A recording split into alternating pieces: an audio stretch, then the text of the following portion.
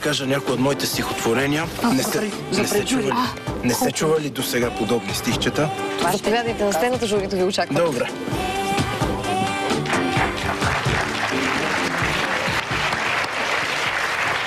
Здравейте всички!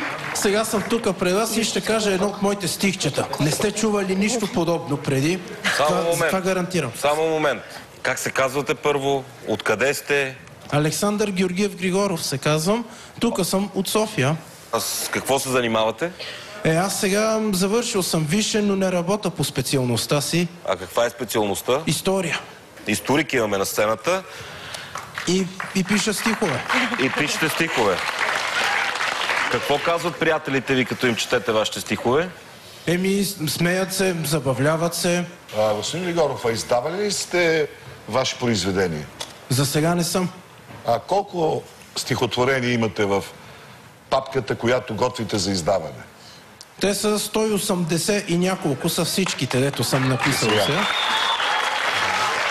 Когато сте готов, заповядайте, ние сме готови да чуеме. Следващото стихче е за праднята. Това стихче има фенове, преди да си го започнал, като чувам. Както се вижда, ще го почваме. Праднята, тя спотайва се във всеки от нас. И да излезе, иде час. През всичко си минава. Да я спре, нищо не успява. Някой път излиза с гърмеж. Чуеш ли такова нещо беше? Ако излезе тихо, в носа ни удря силмрук. И така разбираме, че е тук. Най-силна, тя е лятно време в автобуса, който много друса. Невидима, неуловима, праднята, страшна сила има. Който в автобуса е от нея пребледнял, той силата е осъзнал.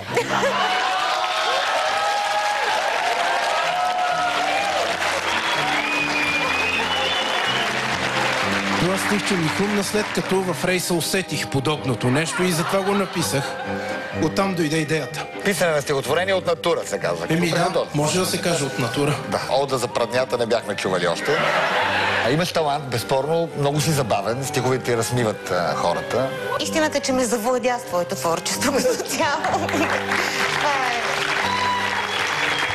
Публиката така много е схватлива и е схвана.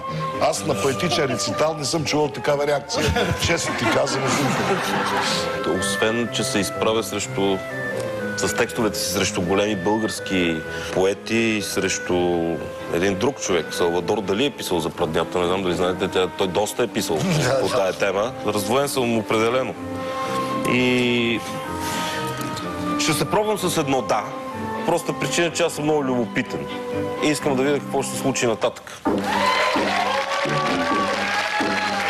Господин Данилов, вие казахте май. Аз казах не. Хилда? Аз ще ти кажа да. Значи от тук нататък всичко е в ръцете на Любо. Сега, че аз не съм от добрите в това живо, да знаеш, казвам ти не.